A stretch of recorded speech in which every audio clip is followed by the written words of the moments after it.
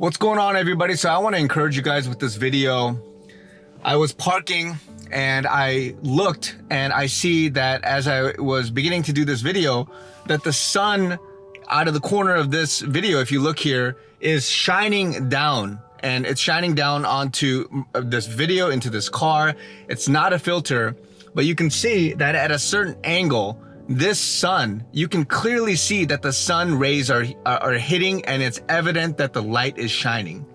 There are times in your life where you will clearly see God shining, God moving, God acting on your behalf, but that doesn't necessarily mean that when you don't see it, that God is not shining or looking down or covering your life. Because if I were to turn this car and I were to look at it from a different angle, you would not see these sun lights and these ray beams, right?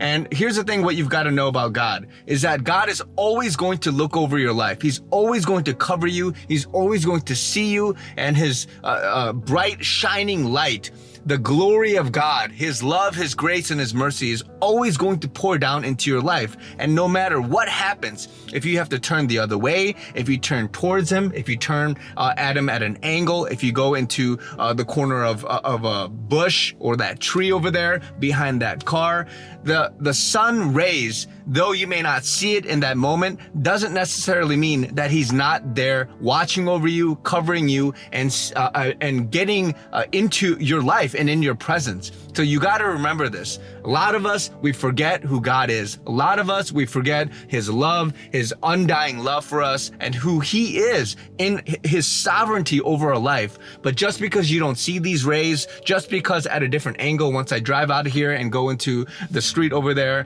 and I don't see these rays, does not mean that he forgot about you, does not mean that he doesn't see you, and does not mean that he doesn't understand your situation, your next chapter in life, your page turn, whatever it is. And so you got to remember something.